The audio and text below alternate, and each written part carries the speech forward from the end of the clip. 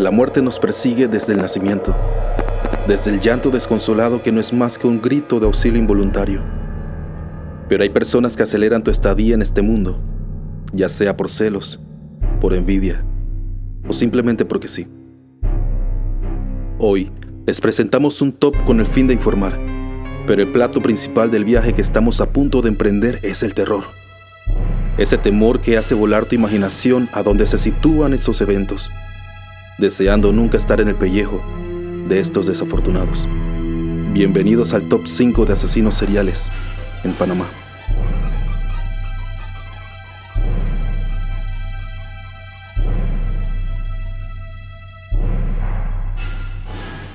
Sylvano Ward Brown era un delincuente calculador, una persona fría de un alto coeficiente de inteligencia. A esta conclusión llegaron los psicólogos después de un análisis, cuando este asesinó a sus dos últimas víctimas. Ward Brown inició su carrera delictiva cuando tenía 16 años. Su primera víctima fue Paula Caballero, en 1959. Por este crimen cumplió una parte de su pena en el Tribunal Tutelar de Menores. Estando allí, lo sorprendió la adultez y cumpliendo su mayoría de edad fue trasladado a Coiba. La pena que cumplió en 12 años lo capacitó aún más para delinquir posteriormente, en una forma metódica, cada vez más calculada, más medido y con una inteligencia superior. La descripción psiquiátrica de un experto de la época fue: Sylvano no es un enfermo mental, no es psicótico, no es oligofrénico, ni tampoco un epiléptico. Él es de una personalidad psicopática, amoral con mezcla de psicópata sexual. Los psicópatas amorales son individuos de sensibilidad casi nula, antisociales y perversos, desposeídos de compasión, de vergüenza, de sentimiento de honor y conceptos éticos. El 22 de agosto de 1959, Paula Caballero, de 18 años, se encontraba en su casa en San Francisco. Sylvano intentó introducirse a la residencia de Paula y ésta lo sorprendió. Él le dio una puñalada en el pecho. Paula trastabilló y después se desplomó al suelo. Pocos minutos después, falleció. El 7 de junio de 1973, Sylvano entró a una casa de citas, conocidos en otros países como moteles y en Panamá como Push Button. Entró con Rosa María Gómez, una prostituta colombiana de 32 años de edad. El despiadado estranguló a Rosa con las manos y luego con el fajón que llevaba para asegurarse que estaba muerta. Dijo que lo hizo porque ella se burlaba de su impotencia sexual. 13 días después, el 19 de junio de 1973, Dalila Gaitán Troya, de 32 años, se convirtió en la siguiente víctima, usando el mismo modo de operar. Entró en el motel, luego la golpeó en el rostro y la estranguló con las manos, y luego con el suéter de ella. El cuerpo de Rosa fue encontrado en un paraje solitario. El de Dalila estaba en otro lugar desolado, cerca al templo Bahá'í, en San Miguelito. Ambos cadáveres estaban en la misma posición, desnudos, una con su suéter atado al cuello y la otra con un cinturón con el que fue ejecutada. Sylvano legalmente pagó por su serie de crímenes, pero probablemente aún vive en algún lugar de Panamá, tal vez anciano, tal vez arrepentido, tal vez no.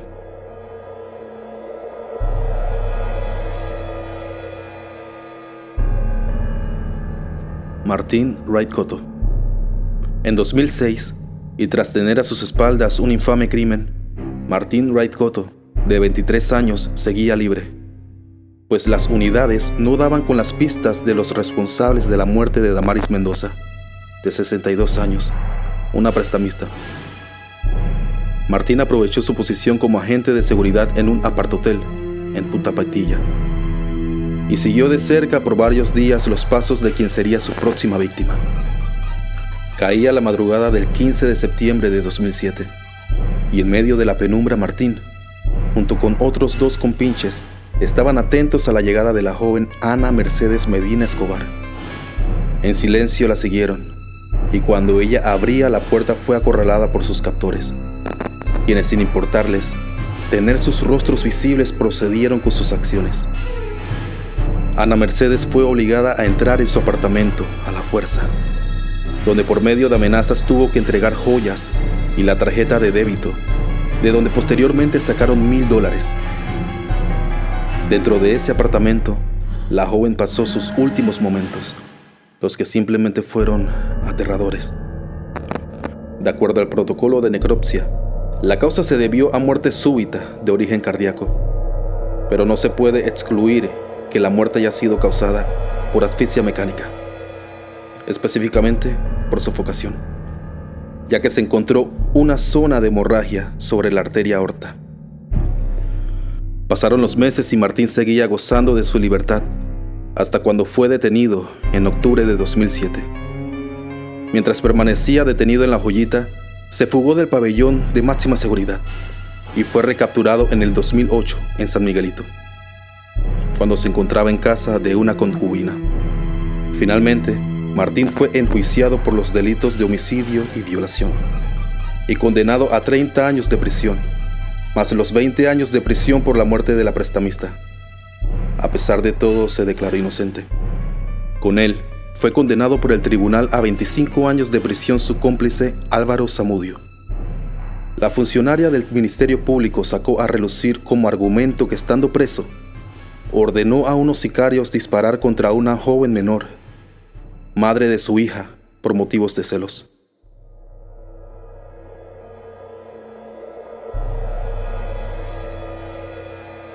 Carlos Meneses Lambis no soportó que María Luisa Caballero lo dejara. Ya habían pasado 4 meses de noviazgo cuando ella, una chiricana que entonces tenía 37 años, se cansó del trato hostil que él le daba. Recién terminó la relación, varios familiares pudieron observar que ella tenía un moretón en una pierna, lo cual provocó sospechas de que estaba siendo maltratada. Esa es la versión de los familiares de María Luisa, quienes también creen que Meneses Lambis la raptó e hizo quién sabe qué con ella. Fue vista por última vez en Vistalegre de Arreján. Lo que nunca sospecharon los familiares de María Luisa es que mientras Meneses Lambis trataba de reconciliarse con ella, estaba siendo acusado por el crimen de Rafaela Ábrego. El cadáver de esta mujer de 44 años fue hallado en mayo de 2002, en un parque del corregimiento de Betania, con una herida en una pierna que le afectó la arteria femoral y produjo una hemorragia masiva. El 14 de mayo de 2003 fue la última vez que vieron a María Luisa Caballero, cuando salió de su casa, en Vistalegre de Arreján, para hacer una llamada telefónica donde su vecina. Leticia González, otra de sus víctimas, fue asesinada en junio de 2004, en el sector de Veracruz. Meneses Lambis es el prófugo más conocido de Panamá, tanto así que cuando encontraron los cadáveres de 2 mujeres en el corredor sur, corrió el rumor de que él era sospechoso.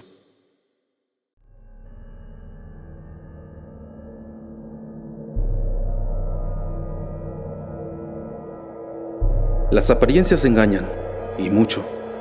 Este señor que ves a continuación, con cara de ser buen amigo y humilde desde su nacimiento, también es un psicópata y homicida confeso.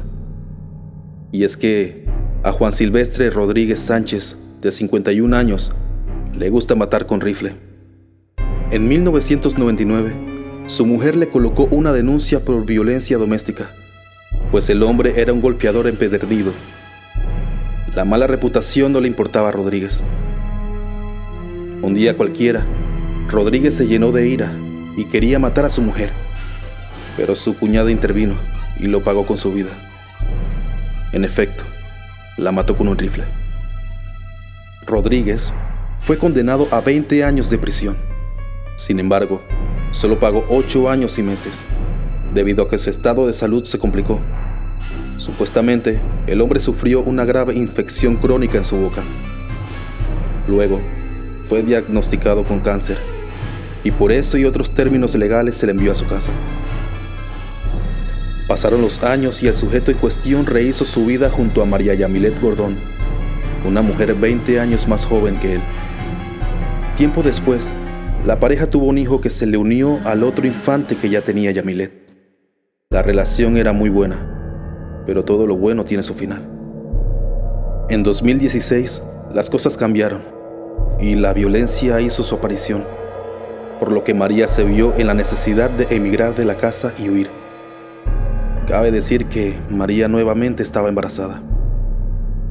Un día, la joven regresó a la casa a buscar la ropa de los niños, pero ahí estaba Rodríguez. Tan pronto llegó, empezó la discusión. La mujer le dijo que jamás vería a los niños y de inmediato salió a relucir el rifle. A los segundos, María cayó rendida en el piso. Recibió 8 disparos, varios de ellos en la cara. El hecho horrorizó a la comunidad de Cuipo, en Colón. Presuntamente el asesino estaba bajo los efectos del alcohol. Minutos después, la propia familia de Rodríguez lo entregó por el crimen. Al momento de la indagatoria, el tipo dijo que solo recordaba a medias lo acontecido ese día, pero sí aceptaba su culpa del crimen.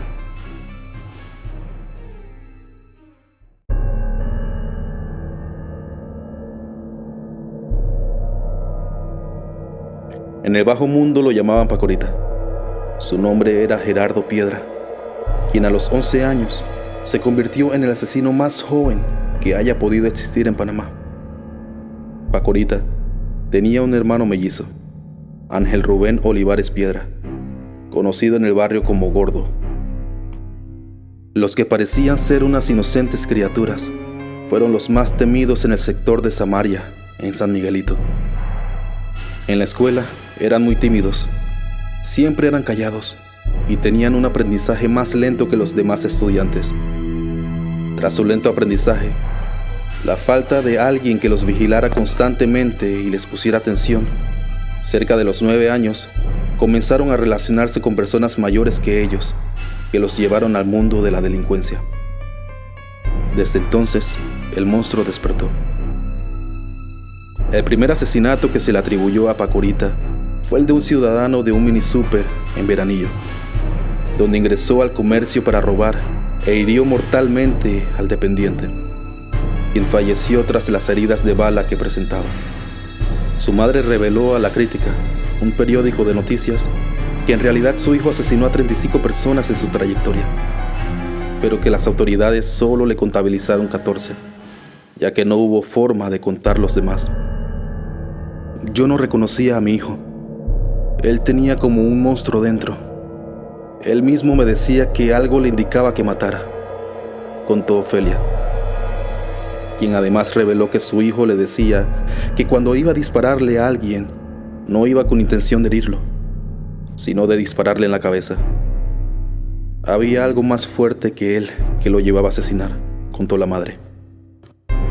Pacorita siempre vestía de negro y con frialdad cometía sus crímenes. Incluso el niño hacía detonaciones con 2 pistolas 9 milímetros, sin problema alguno, cada una en una mano. Él le decía a su madre que el día que lo fueran a matar, más valía que le dispararan en la cabeza, porque si lo dejaban vivo, él los buscaría para vengarse. Yo quiero que no se repita una historia como esta. Cometí mis errores y lo acepto, pero cuento todo para que las familias que se vean involucradas en algo similar actúen lo antes posible. Dentro del mundo delincuencial, Pacorita y Gordo eran de bandos rivales en el sector de Samaria, algo muy contradicente, toda vez que en muchas ocasiones tenían que verse las caras en la casa y donde convivían en hermandad.